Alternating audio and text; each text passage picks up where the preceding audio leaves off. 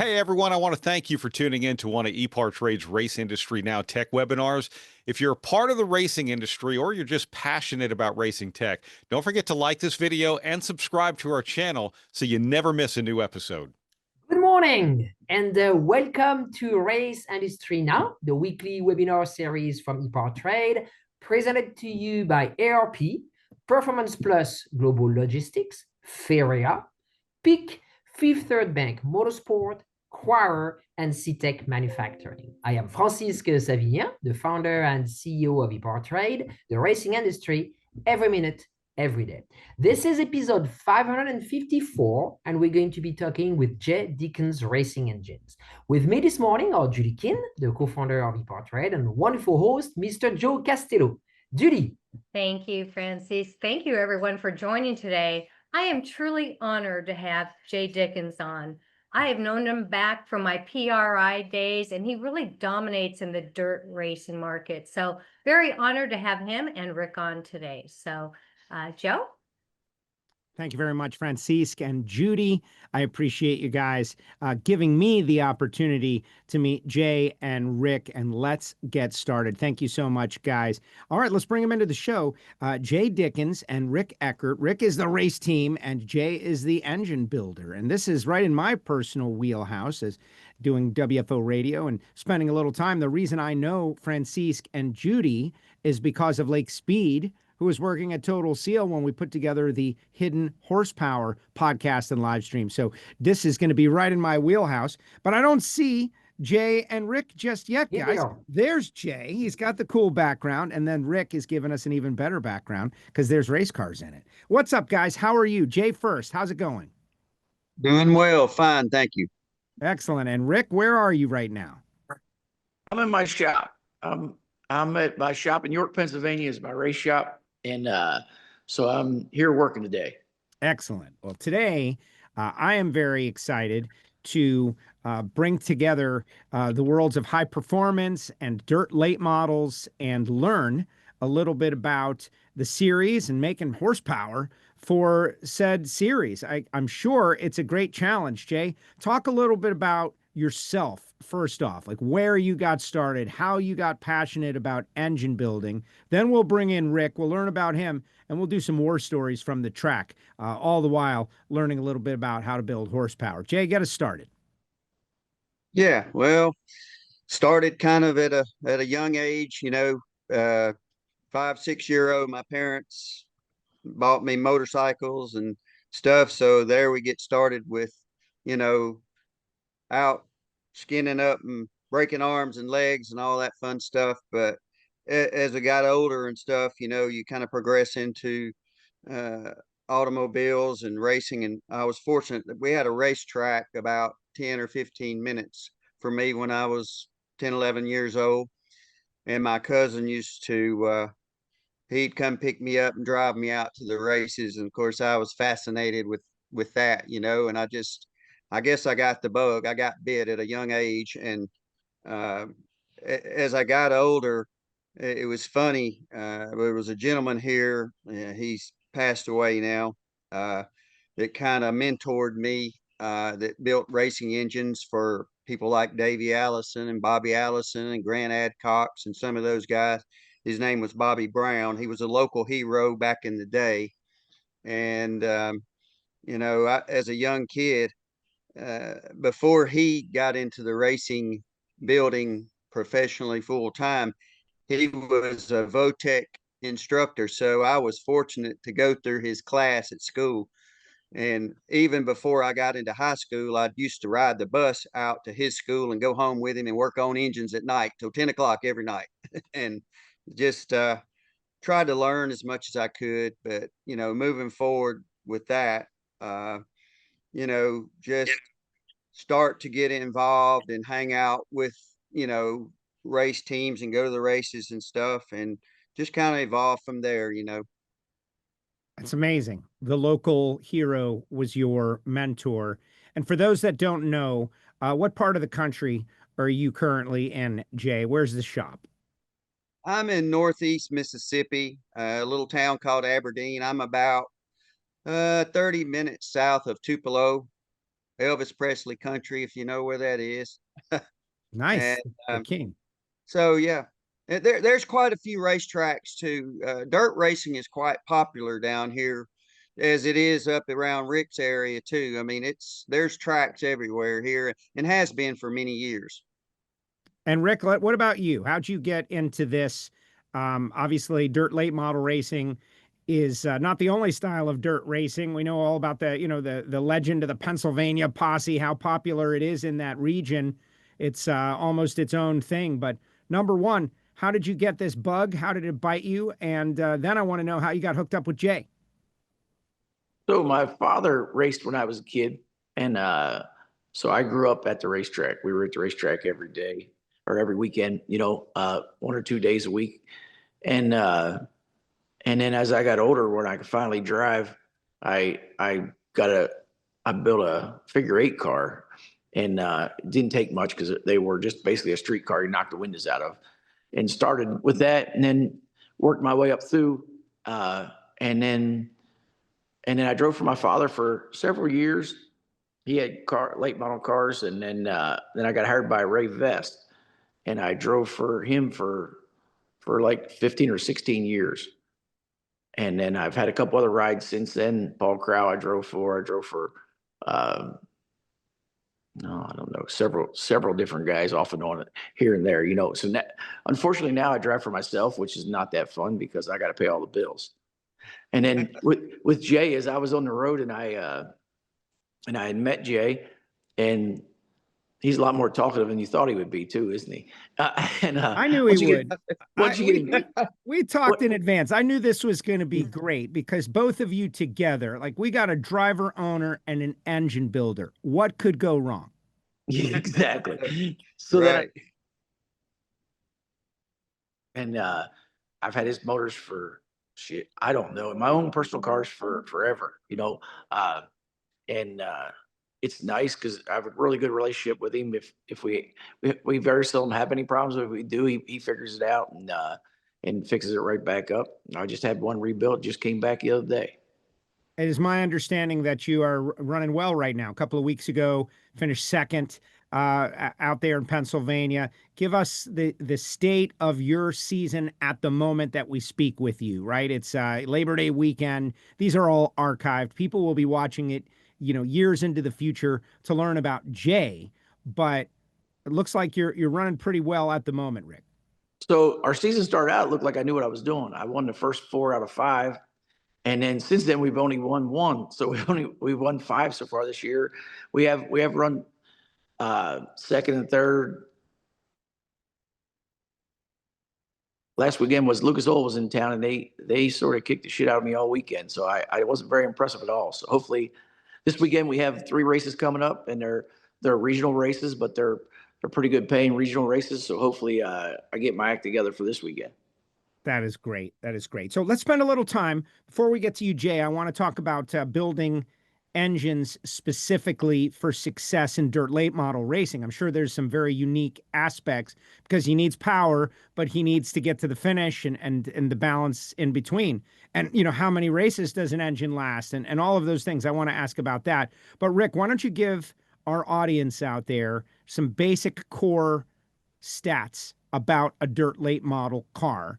And why I understand it's like 2,350 pounds. They make about 800 horsepower, small blocks, but anything that you feel like is important to our international audience. See, we got road course guys out there. We got sports car guys out there. Dirt late models, very popular. They run at Eldora, that kind of stuff. But give me the core need to know facts about your racecraft. So you pretty much named it. They're 2,350 pounds. There's no limit on the engine. You can have any size engine you want. They have 4-link rear suspension. 100% of them have 4-link rear suspension. We're probably the only form of racing where the back end of our car picks up for traction and the front end of our car goes down. Every other form of car, the tail goes down for traction, but for some reason our cars are total opposite. That's why they look different on the racetrack, because the left rear is way high in the air, the right front's dragging on the ground.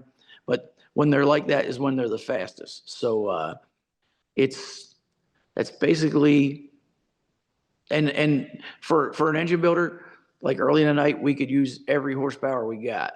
And then when our racetracks are dirt, so they change really fast. And then by the end of the night, some racetracks, we don't need a 4-cylinder. You know what I mean? So our engine has to be to where we can drive it when we need all the motor, and then drive it when it's slippery. So that's a challenge for Jay, and to get the motors to where we can run them in both conditions without doing a lot of work. We do a little work to them for that condition, but not a lot. Interesting. And you got the car right behind you. Can you show us the car a little bit? I love the Suburban Bolorama sponsorship. What's more Pennsylvania than that? So yeah, yeah, exactly. That's one I built for another guy. This is actually Ricky Thornton's car. He's here working. And then this is what my car the one we normally run, looks like this. Beautiful. Number 24. Yeah. That is great. Very popular number. Great looking race car. Jay, all right. So how is Rick as a customer? You can tell us the truth. Clearly he was racing for a living. He's had success. He's done it his whole life. These are exactly the kind of customers that you want, someone that's going to be reliable. So talk a little bit about that relationship. Yeah. So you kind of give you a little heads up. I'm on year 31 here at my current location. So like Rick said, I met him several years ago, and we struck it off well. And, you know, we've had a good relationship. We've had a lot of success together. We haven't had a lot of issues. Of course, anytime you race cars, it doesn't matter what it is, go-karts, bikes, you're going to have small problems that, you know, it's kind of how you deal with those problems and address them and fix it where it don't happen again. And we've been real good to do that, I think. But you know, overall, saying that I've dealt with a lot of people over the years, and I'm not just saying that just because he's on this cast or whatever, but Rick is probably one of the top 3, if not the top guy as far as communicating with, but he takes care of his equipment. You would be surprised how many people I deal with, especially this younger generation, where mom and dad or grandpa's footing the bill and they really don't give a crap about, you know, running the motor 280 degrees or turning at 10,000 RPM. Rick's not that guy. And when his engines come in for rebuild, they look as good as they do when they go out of here fresh. So it's a good indication that he takes care of his equipment. And usually the people, you know, the racers that take care of the equipment don't have very many problems. The ones that always have problems continually are the ones that are negligent or lazy or, you know, don't give a shit, whatever, you know. Right. Got plenty of money to send it back. I know. Right. Look, I think that it's something that comes with the wisdom of age. The first time you really pay for something yourself, and then you might take maintenance a little more seriously. I don't know. I would hope that younger generation gets to that point. So Rick said Yeah. some interesting things. I want to get into the engine building trade a little bit with you, Jay, because our time goes by quickly here. Got some Yes. photos of some engines, but he said that any combination is available in the dirt late model series. Is about 2,300 pound minimum weight, and figure it out. And so that gives you some creativity. What do you typically do? Like what is there a dominant combination, and what have you come about that you like about what you're building? Well, just kind of go back with a little short history lesson. I can remember it's been several years ago. I built Rick like a 400 cubic inch motor. You remember that? And motor ran great, but we were right at the point in time. These cars, the suspensions are so sophisticated, and the shock packages. I mean, like Rick said, you can use 500 cubic inches early in the night. But the trick to this thing is being able to have something that's very versatile, you know, something you can tune. We tune with various things, carburetors, restrictors, you know, different, you know, ignition timing and different things that we can do just to kind of slow the motor down as the track blows off and slicks up. But, you know, it's all about, you know, that relationship. So I work with a lot of different drivers, and what I do for driver A over here, this next guy may not like. So you got to kind of tailor those motors, individually to a certain degree. And it's not a lot of difference, but there's certain things you would do in that. But that being said, I mean, years ago when the suspensions wasn't quite as, let's just say the cars wasn't hooked to the ground as good as they are today, we could use 400, 415 motors. Now, a standard, about the smallest engine we build is a 430, and they'll go all the way up to a 470 or 480 cubic inch motor. And there again, it's all about being a versatile combination. It doesn't matter really if it's a 450 or a 460 or whatever. Just making sure that the cam profiles and the induction system and everything is where you can work with it. It's not kind of like uh and I like say drag racing where you're leaving on the trans brake and you're got a really small window to work. We have a large window to work in, and we have to be able to adjust quickly, and something that makes these drivers job as easy as we can do. It's not a perfect world by no means. No, I understand your analogy to drag racing, my personal area of work and expertise, in that the track, as much as it does change from run to run, it doesn't change so much on a run. And the fact that you guys have got to adapt to that. Rick, talk a little bit about what Jay was just saying in terms of what are your personal preferences? What are the engine profiles that give you the best chance to win? Well, I'm from up here in PA, which we talked about. Unfortunately, every racetrack but one around here is a big half mile. So, uh, so mostly the biggest motor we can get that we can drive is the motor that we need in this area. You know what I mean? It'd be nicer if I was from Illinois, where they're all quarter miles and you don't need that big a motor, and they'll last a lot longer. But up here you need, when they have traction early in the night, you got to qualify.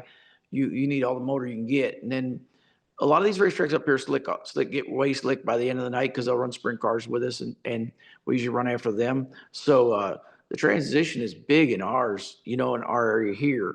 But I mean, not all areas are the same. The half mile though makes sense. Like that, so you got to stretch your legs a little bit. You need that power down the back of the straightaway. You can't give it up. And you mentioned Jay, we've got some photographs of some of your engines. Maybe we could put them up on the screen. You could give us a little insight. And I want to remind everybody in the audience that if you have a question for Jay or Rick, you can put it in the chat. We have got a chat going, and you can add your questions to the chat. But there's a couple of them. So these Yeah. are carbureted engines. I know a lot of the sprint car stuff is fuely, but these are carbureted engines, Jay. That is correct. That's a good looking piece right there. Look at that. Beautiful. Well, thank you. I love, well, that's part of it, right? Like you Yeah. spend a certain amount of money on anything, you want it to look good in the frame rails. Oh yeah, absolutely. I mean, we take a lot of pride in trying to pay attention to a lot of detail and stuff. Obviously, it's the things inside that are most important, but to me, if the outside's sloppy, probably the inside is too. So we try to make it look as neat as we can. Excellent. Yeah, there's another one. Great. I see a lot of work has gone into the intake manifold, and a lot of effort. So what style engine would that be? I mean, I'm guessing it's a Chevrolet small block, but is it like SB2, or what is the cylinder head profile that you like? Most of the stuff that we run, is based, that right there is based off of a Chevrolet platform. And then we do Fords as well, but primarily Chevrolets are the biggest percentage of our business. But there again, they're based off that Chevrolet platform. Now, those engines you saw there, they don't have one part from Chevrolet or GM on them, but we call them Chevy engines. I call them purpose-built race engines, is what I call them. It's nuts and bolts, right? It doesn't matter if it's a Dodge, Chevrolet, Ford. So that's how I look at it. But at the end of the day, it's just a good old race engine. Air pump, right? It's just It's an air pump. pumping air, keep that dirt Yep. out of there. What area of development have you found the most fertile ground in, Jay, in the last decade, as you are on the constant quest for horsepower? And I want you to talk a little bit about Rick. You've already been very complimentary to him as a driver and a customer, but what has he asked you for and maybe made you go to work to find? You know, maybe that low end power coming off the corner when he's getting ready to go down that back stretch in Pennsylvania. He needs to outrun his competition. Talk a little bit about that relationship and trying to meet his needs by finding power where he wants. And then what did you do to get it? Maybe there's a specific story, Rick, you could bring up where you guys had to collab on something like that. I don't normally have to have these conversations with Jay, because normally I run all the same size racetracks. So he sort of has an idea of what my goal is in this area. You know, they're all big. So he makes engines for guys that run quarter miles and half miles and stuff. So my window is pretty small. Actually, I just need something that runs really good, and I can detune as the night goes on. Jay, build on that a little bit. Like, Yeah, well, the what do you key do? word, What do it you do to doesn't- give him that? communication is one of the main factors of anything. Of course, I've had really good racers over the years, and I've had some that didn't communicate as well. But I tell my people this all the time. You know, the first thing that comes out of a customer's mouth a lot of times, not all of them, but here and there, you know, how much power does this thing make? How much power does this thing make? Well, I mean, I guess that's important, but more importantly is I don't really care how much power it made. I would rather get a phone call after you race on Saturday and tell me what you felt. You know, what do you think? What do I need to do to make this better? You know, I can make these things spin the tires all the way around the track if that's what they want, or I can make them drive well, you know. So I have to have that communication to know exactly what their needs are. And let's, like Rick said, the engines I build for people in central Illinois are considerably different than where he races, you know. From, you know, and a lot of that would be some stuff in the camshaft department and the cylinder heads, maybe a little bit smaller combination, you know, a little bit smaller cubic inch motor as opposed to these big monster motors we're running. I really you know, as an engine guy, you know, and I've had race cars and been around racing. I really thoroughly enjoy that side of it. But I think we're at a point, and I think Rick will agree with me, we almost need to stop and rewind the clock a little bit. Those cars are so good. I mean, they're in the racetrack. I mean, you can practically put them on the floor and hold it down all the way around, you know, not all night long, but in a lot of cases, like qualifying in your heat races, I think Rick will agree with me, you know, and I wish we could get some of that traction out of the cars, and we wouldn't have to build these big cubic inch motors and let the drivers drive the cars a little bit with the brake and the gas pedal, as opposed to, you know, putting it on the floor pan and just holding on for the ride. You know, I mean, it's the racing, I think Rick will agree, it's changed a lot in the last 10 years. And I'm not saying it's good or bad. I just, maybe I'm just telling my age, but I kind of would prefer to go back a little bit. I What don't know. about What it, do you Rick? think, Rick? So my opinion is the exact same opinion. I've had this conversation with the tech guys, and our cars have got so aero sensitive. We got our bodies so crooked. We got our bodies so high in the air and so low in the front.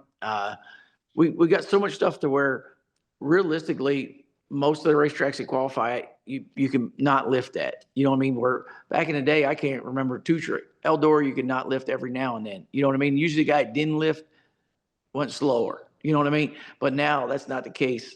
So really, our cars, the series, we have two major series in these cars, the World of Outlaw series and Lucas Oil series, and they both realize it's a problem, but they're both not willing to do anything until they do something nobody else is going to do anything, you know, because you would outdate yourself. So back to the engines, like I've probably bought 25 or 30 engines from Jay, and I've never ever seen a dyno sheet because I didn't never really cared if it run on a dyno. You know, I'll tell you if it runs after we put it in this car. I love that. Exactly.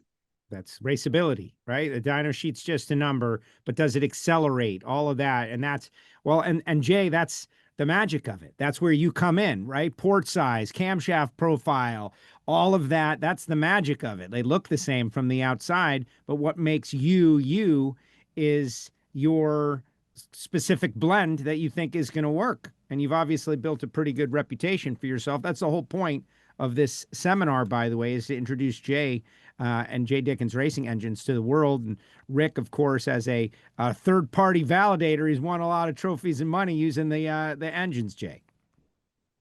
Oh yeah.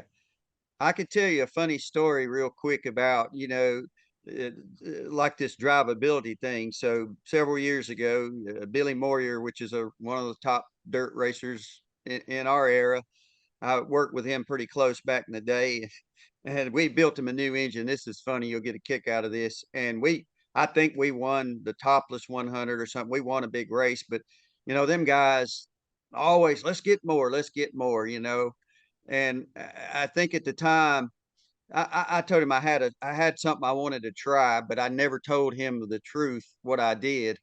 But he's like, man, we need to do this. And I said, send it back. And what I did is I actually shortened the cam up in a little bit in the engine and probably lost about 15 peak horsepower. I never told him. And as soon as I sent that motor back, oh, that's exactly what I want, But if I'd have sent him that dyno sheet, he would have said, well, this thing won't run. It won't run, and a lot of racing, you got to be careful. There's a lot of it psychological, That ain't no kidding. Yeah. What about it, Rick? I totally understand where he's coming from on that the racer can sometimes be their own worst enemy. Change something that doesn't need to be changed. If it's not broke, then don't fix it. But Jay fixed it by giving him a little less. That's counterintuitive. Yeah, like our cars are bad for being bound up. They'll just get so locked to the earth, and then the first thing you want to do is blame your engine. You know what I mean? It's like, oh, this thing just doesn't run. But realistically, these cars are really hard when there is traction there to get them freed up enough that you can get the engine to run.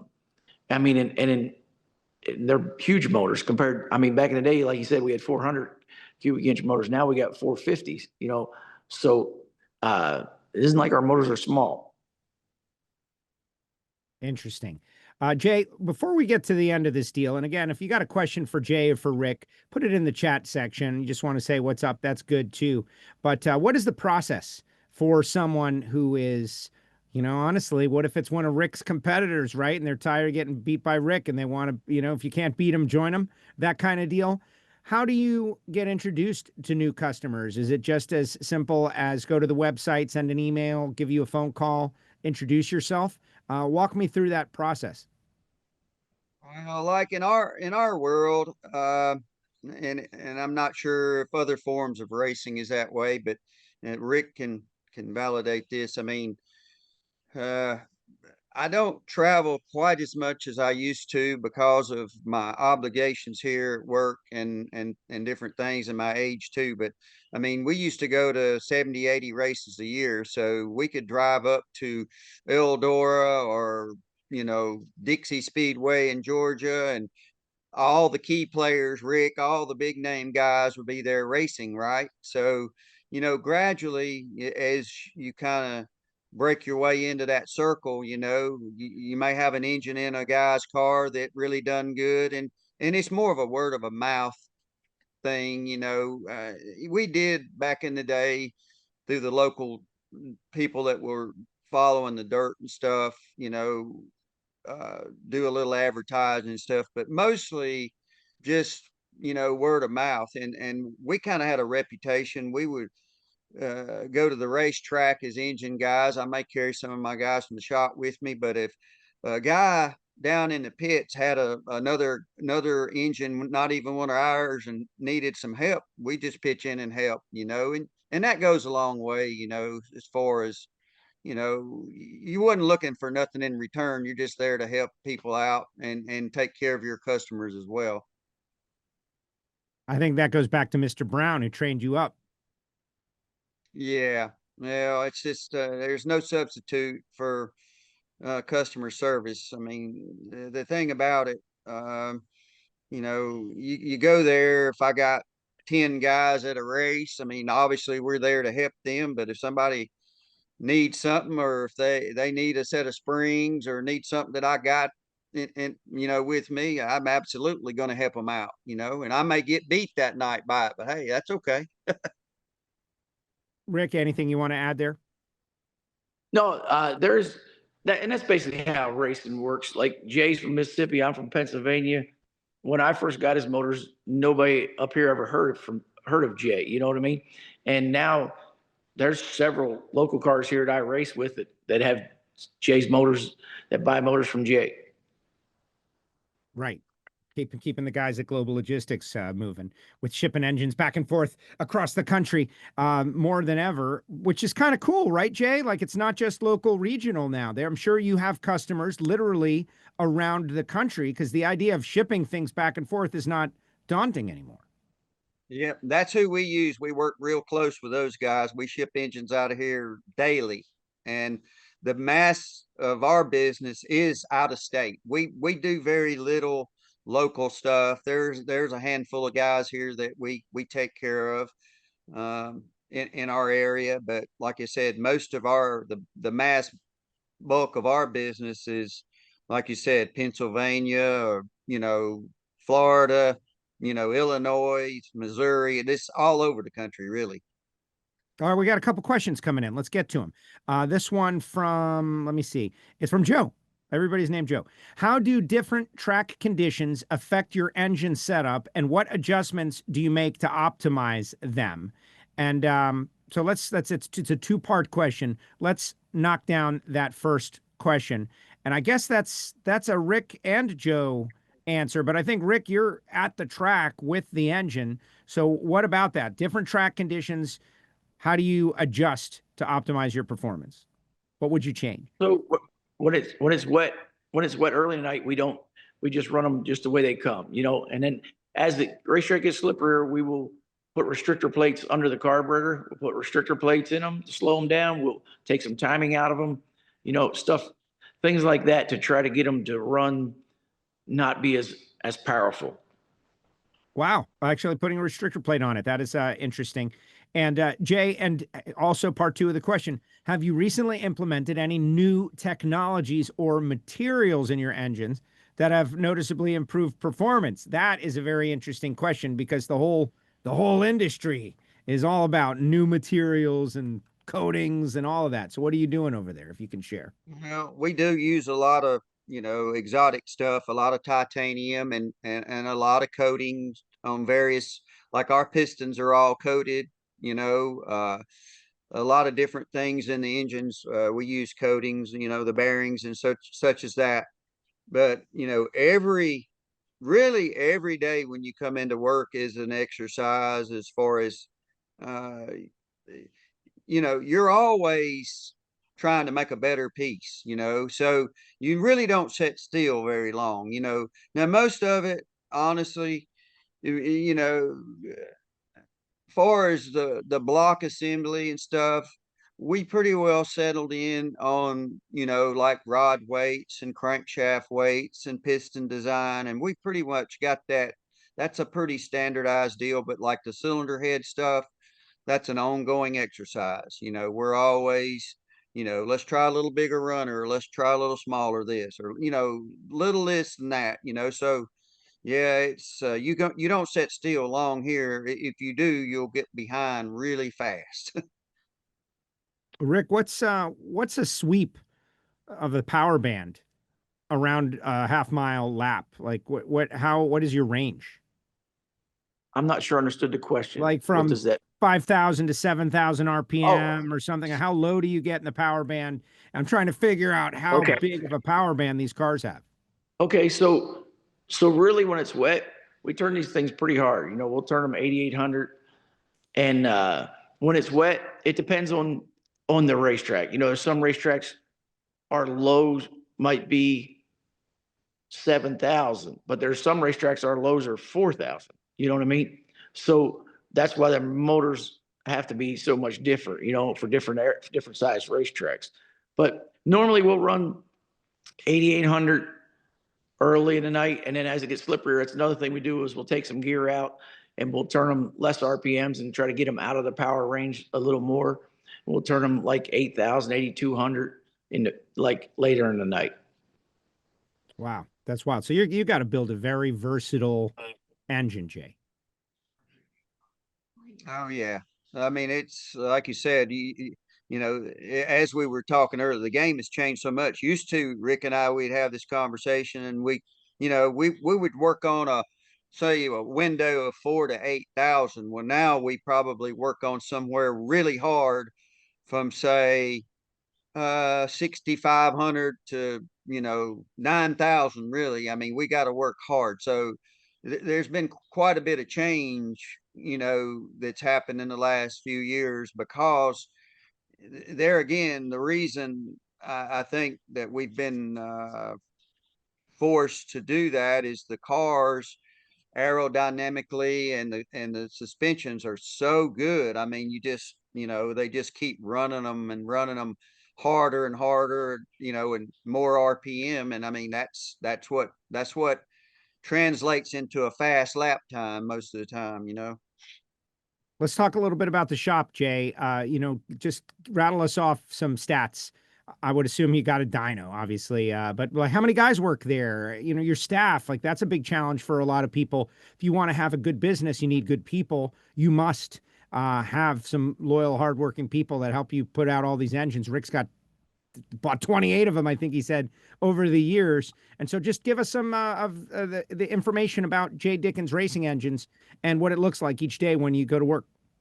Yeah, there was a point. I've done everything, man. I've been real fortunate. When I started this deal, I done you know, the local stuff. Then I met some really key people, and I ended up doing a lot of asphalt stuff at one time. We did a lot of NASCAR All Pro, Hooters Pro Cup, some Busch Grand National. I even had a cup contract for an independent team for a while, and I've had as many as 10 guys working here. And so we did that hard. We built about 5 engines a week. Back in 2010, I got an invite to go up to Roush Yates, and I accepted it. And I never sold my place, but I went up there and worked for pretty much most of 2010, and really glad that I went. I learned a lot. The program they had there, they're wonderful people. Everything's great. They just kind of got in over their head a little bit early. And anyway, we ended up coming back here and just doing the same, you know, thing we always done. But I've scaled back a little. When I came back, I just focused totally on the dirt, no pavement stuff. You know, I got about half the employees, and we build about 125 to 150 engines a year, and that's all I want to do. I don't want any more. You know, I got 12-hour days, and that's enough. That's you're doing your fair share, Jay. You're not, you're not skirting your responsibilities as a worker. You're doing a great job. Chris is out there. He just wants to weigh in that he tuned in because he knew that it would be a great show because you guys are both great, respected guys in the industry. Thank you, Chris, for watching here on EPARTRADE. Rick, how about a war story as we close it up? You know, Jay and Rick, think if there's anything that we didn't talk about that you want to put out there to the audience, that you want to be a part of this. And while you're kicking that around for our final thoughts, Rick, there's got to be a great war story from the track, winning a big race that made you want to call Jay right after, right? Like checkered flag moment. If you got one, I'm sure you do, where the engine builder and the team owner and driver kind of came together for a big successful moment. Was some of the bigger moments. Jay was there, so I didn't have to call him, you know, because for quite a while, like Jay said, he was at at a lot of big races, you know. So we won Eldora, and he was there. You know, it's cool to have him getting the picture and stuff. I got several Victory Lane pictures with Jay in. So and I see he only works half a day. That's sort of weird. Yeah, only 12 hours. Come on, Yeah. Jay. Like there's Yeah. half days over there. Yeah. I used to put in them 20-hour days like you, Rick, but when I got a few years on you, so when you catch up with me, you'll have to slow down. Listen, I've already slowed down. I've already I'm slowed with down. 12's more than I want. you. But that you gotta love to work though. Racing of all kinds. You have to love to work. And I think that's part of it. Jay, do you have any young guys that you're mentoring that are similar, like to pay it forward? Like happened to you with Mr. Brown, kind of took you under the wing and gave you a place to learn and extended the passion for another generation. What's it like for you? Are you seeing any of that? Yeah, I mean, there's some young kids involved in the stuff at the racetracks here locally. You they're starting to drive at a young age, but like what's kind of scary, and I'm actually currently uh, trying to I don't say work with them, but trying to maybe hire a couple of guys like from the University of Northern Ohio or the Sam School in Houston. You're familiar with that, I'm sure. Yes, Sam Tech, the This Massengills. so I've had a couple of those guys that worked for me in the past made really good employees, but I am a little concerned about this young generation. They're just not quite as much interest as it was, I think, when Rick and I grew up, probably, because we didn't have all the luxuries of cell phones and all this fancy stuff they got here today. But so we were working on cars and doing this and that. But yeah, I wish there were some things that we could do, not just here, but across the board that would maybe stir up a little more interest for those younger folks. Rick, anything you want to add on that? No. It's the same in racing, really. Like you said, it's a lot of work, and if you're not willing to put that work in, your results usually turn out to be whatever amount of work you put in it.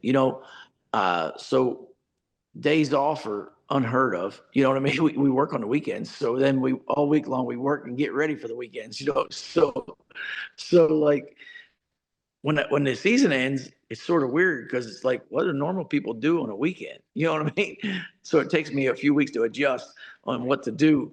But yeah, you can't.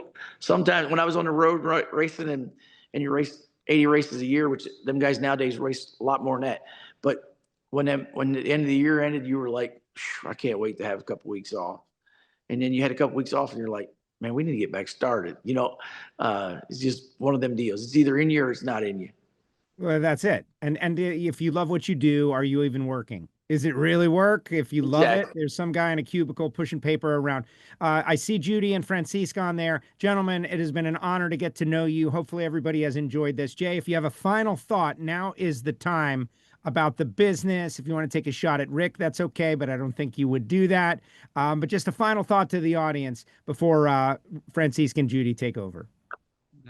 Rick is one of a kind there. He's not only a good racer, but he's a really good dude. So I'm thankful that we crossed paths many years ago, and we've always had a really good working relationship. And I appreciate him, and also Judy and Francis. I appreciate the opportunity to do this, and we just do our thing. We're just a bunch of old Southern folk down here in the middle of nowhere that luckily we've met a lot of good people and had a lot of doors open.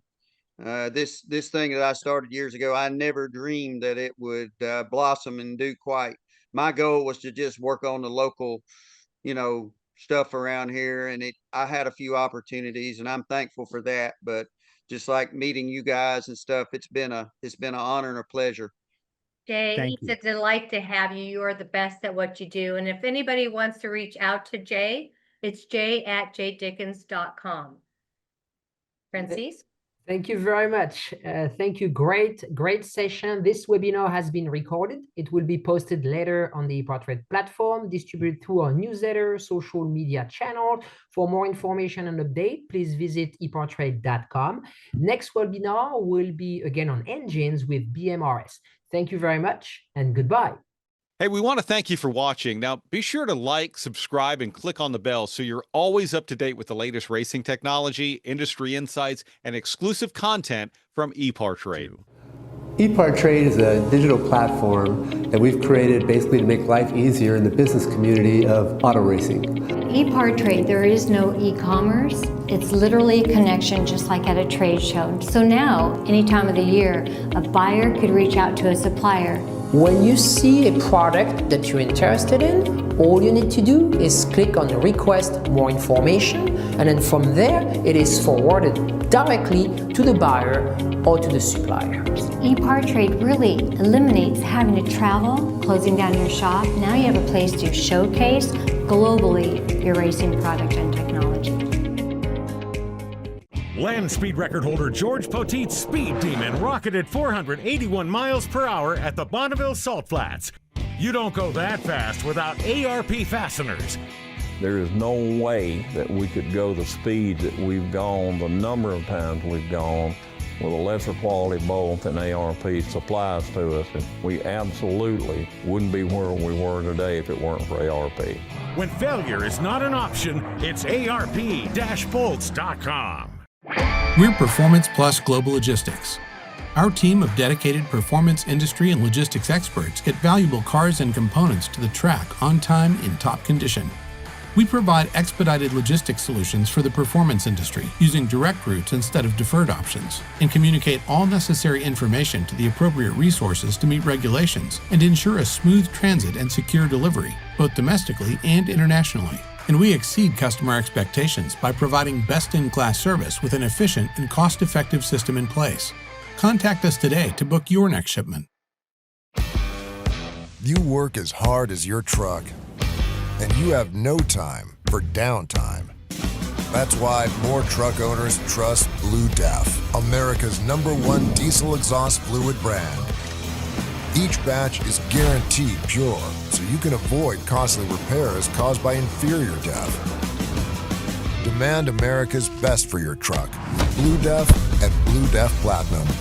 Put trust in your truck. With roots in the Midwest that date back well before the Model T, Fifth Third Bank has a long history of serving the needs of automotive companies. While much has changed over the years, our passion for helping businesses put cars on the road and on the track has not. Today, we are more committed than ever as a member of SEMA, a founding member of PRI, and a sponsor of multiple race teams across several racing series. Where can we take your business? Fifth Third Bank. Where will you find Ferrea Racing components? Circle Track, drag racing, and any top race shop. In every form of motorsports competition, our valves and valve train components deliver race-proven design and technology. And we've brought that same performance to our street applications as well. We're backed by 5 decades of experience, an extensive range of off-the-shelf components, and our custom valve department has the fastest turnaround times in the industry. Ferrea Racing components. Stand with us or race against us. When it comes to pushing the limits of performance, the pros know there's no room for compromise. At Crowder Cams, we don't just engineer camshafts and valve train components, we redefine what power means. Since 1955, Crowder Cams has been the name trusted by racers, engine builders, and gearheads around the globe. Whether you're building a street machine, a dragster, or a track car, Crowder Cams provides the muscle you need to dominate. And with Crowder, victory is within your reach. At SeaTech, we're on a mission to lead the storage industry through innovative custom-built solutions that meet every challenge head-on. Designed for versatility, whether in a commercial setting or at home, we create high-quality, durable products that stand the test of time. SeaTech, engineering and innovation.